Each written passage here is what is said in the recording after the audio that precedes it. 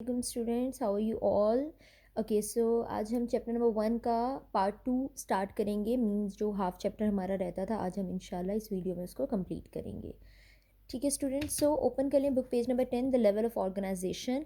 Okay, levels कहते हैं stages को, ऑर्गेनाइजेशन कहते हैं ऑर्गेनिजम्स को। कि मतलब ऑर्गेनिजम्स, जो एक ऑर्गेनिज्म, एक जो ह्यूमन बॉडी होती है या एनिमल बॉडी जो होती है, वो किस तरह बनती है, किस किस लेवल से बनती है। तो पहला जो लेवल है that is called bio elements. Means the first one is called the bio elements. Means कोई भी ह्यूमन बॉडी या कोई भी लिविंग थिंग जब डेवलप होती है तो सबसे पहला स्टेप जिसको वो पार करती है या जिससे वो गुजरती है वो बायो एलिमेंट्स होता है। नेक्स्ट होते हैं बायो मॉलिक्यूल्स। ठीक है, नेक्स्ट स्टेप आपके पास क्या होते हैं, बायो मॉलिक्यूल्स। उसके बाद अगले आपके पास आते हैं atomic level, fourth molecular level, fifth organelle level, six cellular level, seventh tissue level, eighth organ level and nine organ system level and the last but not the least organism level. Means in 10 level से गुजर के कोई भी living body जो है वो develop होती है। अब अगर हम अपने फर्स्ट जो लेवल है बायो एलिमेंट उसके बारे में बात करें तो आपके पास टोटल नेचर में, मतलब नेचुरल जो एलिमेंट्स अगर हम काउंट करें तो वो कितने होते हैं, 92 नेचुरल एलिमेंट्स हमारे अर्थ पे मौजूद है। ठीक है, जो नेचुरली मौजूद है। बट हम बायो की बात करें तो उन 92 में से जो 16 एलिमेंट्स होते हैं, means out of 92 only 16 elements are called bio elements. मतलब जिन जो यूज़ होते हैं for the manufacturing of living things, और लिविंग थिंग की किसी भी चीज़ की इन्वॉल्वमेंट में वो 16 बायो एलिमेंट्स जो हैं वो इन्वॉल्व होते हैं। मतलब ह्यूमन बॉडी का जो स्ट्रक्चर है या लिविंग बॉडी का जो स्ट्रक्चर है वो कौन से एलिमेंट्स बनाते हैं, 16 बायो एलिमेंट्स बनाते हैं, उनको हम बायो एलिमेंट्स कहते हैं। तो सबसे पहले जो अगर हम बायो एलिमेंट्स की देख लें तो यहाँ पे हमारे पास सबसे पहले बायो एलिमेंट्स की आ गई है डेफिनेशन। ठीक है, अच्छा, उसके बाद होती है इसकी कंपोजिशन। कंपोजिशन का मतलब होता है कि आगे फर्दर ये किस तरह अपने आप को कंपोज करते हैं, मतलब क्या क्या नाम है इनके, या 16 बायो एलिमेंट्स कौन कौन से हैं। आपको पता है ह्यूमन बॉडी, अगर हम मैथ्स की बात में आए तो 100% जो होता है वो मैथ्स होता है, जिसमें से 99% जो होता है वो ये 6 बायो एलिमेंट्स जो हैं वो बनाते हैं, जिसमें है oxygen, carbon, hydrogen, nitrogen, calcium and phosphorus. ठीक है, ये 6 जो है, मतलब oxygen, all of you know that oxygen is an essential part, और ऑक्सीजन के बिना तो होता ही नहीं। तो 99% जो बॉडी मास हमारा बनता है उसमें ऑक्सीजन भी शामिल होती है। दूसरा कार्बन। कार्बन हमें पता है, carbon is this essential component in making different organelles, in making different structures. ठीक है, कार्बन भी बहुत इंपॉर्टेंट है। उसके बाद आ जाते हैं हाइड्रोजन पे। हाइड्रोजन और ऑक्सीजन दोनों वाटर बनाते हैं, तो water is an essential part, तो हाइड्रोजन भी इंपॉर्टेंट है। उसके बाद होता है नाइट्रोजन। नाइट्रोजन भी बहुत इंपॉर्टेंट है बिकॉज बहुत से फूड आइटम्स जो हम खाते हैं उसमें नाइट्रोजन की क्वांटिटी होती है। उसके बाद होता है calcium, very important for the bones and the teeth. And the last but not the least phosphorus, ये भी लिविंग स्ट्रक्चर जो है वो बनाने में हेल्पफुल होते हैं। तो कौन कौन से 6 बायो एलिमेंट्स हैं जो 99% मैस बनाते हैं, oxygen, carbon, hydrogen, nitrogen, calcium and phosphorus. और इनका सिंबल क्या है, OCHNCA and P is the symbol. तो ये 99% मैस बनाते हैं। नेक्स्ट जो 1% मैस आपके पास पीछे रह जाते हैं, वो बाकी कितने बच जाएंगे, 16 में से 6 तो 99% मैस बना रहे हैं, पीछे बच जाएंगे 10। तो वो 10 जो है वो 1% मैस बनाते हैं, जिसमें पहला होता है के पोटेशियम, दूसरा S मतलब सल्फर, तीसरा Cl मतलब क्लोरीन, चौथा Na मतलब सोडियम, फिफ्थ Mg मतलब मैग्नीशियम, सिक्स Fe मतलब आयरन, सेवन Cu मतलब कॉपर, एट्थ Mn मतलब मैग्नीज, 9 Zn मतलब जिंक एंड आयोडीन, आई मतलब आयोडीन। ये जो 10 है ये आपके पास कलेक्टिवली कितना परसेंट मैस बनाते हैं, 1% मैस। तो अगर हम 10 को काउंट करें तो हमारे पास कितने होंगे, KSCl, NaMgFe, CuMnZn and I, जो 1% मैस बनाते हैं। और जो 99% मैस बनाते हैं वो कौन से होते हैं, OCHNCA एंड P। अच्छा, अब ये जो चार्ट है वेरी इंपॉर्टेंट चार्ट है। इसमें ये MCQs में बहुत ज़्यादा पूछा जाता है कि हमारी जो एक बायो एलिमेंट्स का ह्यूमन बॉडी में कितना मैस होता है। तो अगर हम, मतलब ऑफकोर्स जो 99% मैस होता है उनके बारे में ज़्यादा बात होती है। तो ऑक्सीजन जो हमारी बॉडी को चाहिए वो कितनी चाहिए, 65%। मतलब हमारी बॉडी में 65% कौन होती है, ऑक्सीजन होती है। उसके बाद नंबर आता है कार्बन का जो 18% होती है, ठीक है, मतलब 65 के बाद जो 18% होती है वो क्या होती है, कार्बन होती है। उसके बाद हाइड्रोजन 10% होती है 18 से, फिर कम हो गया 8% और कम हो गया 10%। नाइट्रोजन 10 से भी 7% कम होती है, 3% हमारी बॉडी को चाहिए। कैल्शियम 2% चाहिए और फॉस्फोरस सबसे कम मतलब 1% चाहिए। तो अगर हम इसको देखें तो ऑक्सीजन कितने परसेंट चाहिए हमें, 65%। उसके बाद कार्बन हमें कितने परसेंट चाहिए, 18%। हाइड्रोजन 10%। उसके बाद nitrogen, calcium, phosphorus, nitrogen 3%, calcium 2% and phosphorus 1%। तो ये एमसीक्यूज में बहुत ज़्यादा पूछा जाता है। नेक्स्ट हमारे पास आते हैं बायोमोलिक्यूल्स। बायोमोलिक्यूल्स जो लिविंग बॉडी के अंदर एलिमेंट्स मौजूद होते हैं वो बायो एलिमेंट्स कहलाते हैं। जो लिविंग बॉडी के अंदर मॉलिक्यूल्स मौजूद होंगे वो बायोमोलिक्यूल्स कहलाएंगे। तो सबसे पहली जो आपके पास आ गई वो डेफिनेशन हो गई। अच्छा, बायोमॉलिक्यूल के अंदर जो बेसिक फंडामेंटल बायोलॉजिकल मॉलिक्यूल्स है वो 4 है, ठीक है। तो क्वेश्चन आ जाता है what are the 4 fundamental kinds of biological molecules. तो कौन कौन सी हैं, carbohydrates the very common biological molecule, protein, lipids and nucleic acid. तो ये 4 जो होगी वो आपके पास बायोलॉजिकल मॉलिक्यूल हो गए। ओके स्टूडेंट्स, सो इसकी टाइप्स हमने पढ़ ली कि हमने डेफिनेशंस क्या थी, फंडामेंटल्स क्या थे। अब स्क्रीन पे आपको एक टेबल दिख रहा होगा, ये है माइक्रो मॉलिक्यूल्स की, मतलब बायो मॉलिक्यूल्स की टाइप्स हैं। The first one is macro molecule and the second one is micro molecule. अच्छा, मैक्रो मॉलिक्यूल वो होते हैं जो ह्यूमन बॉडी को या किसी भी लिविंग बॉडी को लार्ज क्वांटिटी में जिनकी ज़रूरत होती है वो मैक्रो होते हैं। वर्ड से ही पता चल जाना चाहिए मैक्रो। और जो माइक्रो मॉलिक्यूल्स होते हैं उनकी ह्यूमन बॉडी को स्मॉल अमाउंट में ज़रूरत होती है, स्मॉल क्वांटिटी में। नेक्स्ट अगर हम एक्सप्लेनेशन पे आ जाएँ तो हमारी बॉडी को, जो लार्जर बॉडी को सबसे ज़्यादा इसी की ज़रूरत होती है मैक्रो की, और सबसे कम माइक्रो की, क्योंकि हमें 3 पॉइंट्स पूरे करने होते हैं तो हम उसके हिसाब से एक्सप्लेनेशन को एडजस्ट कर देते हैं। थर्ड एग्जाम्पल अगर हम आ जाएँ तो मैक्रो में स्टार्च, प्रोटीन, डीएनए जो है वो मैक्रो मॉलिक्यूल की एग्जाम्पल है, और माइक्रो की आ जाए तो शुगर, फैटी एसिड और अमाइनो एसिड इनकी एग्जाम्पल है। आई थिंक स्टूडेंट्स ये आपको बायोमॉलिक्यूल समझ आ गई होगी। अब नेक्स्ट जो हमारा है वो है एटॉमिक लेवल में अगर हम देखें तो सबसे पहले 2 ही हमारे पास एक है, एक एक्सप्लेनेशन और एक एग्जाम्पल।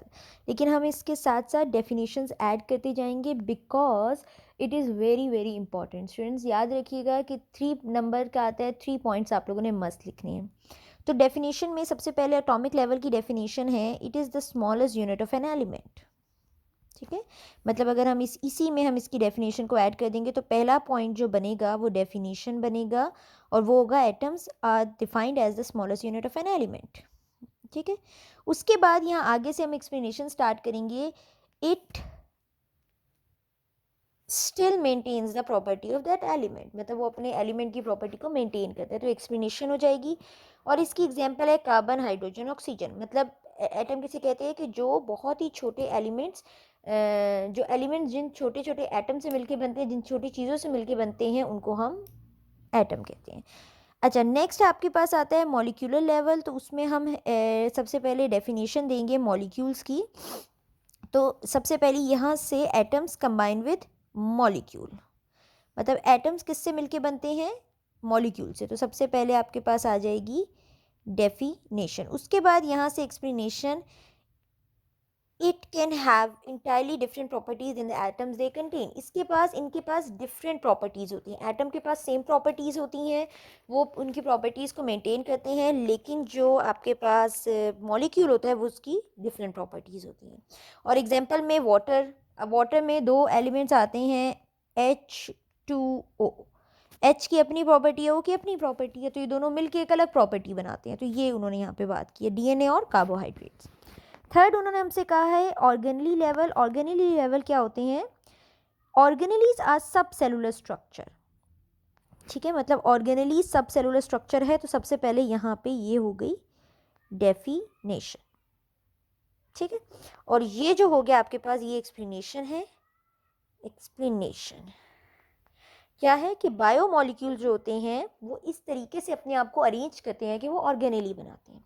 एग्जाम्पल न्यूक्लियस और राइबोसोम्स।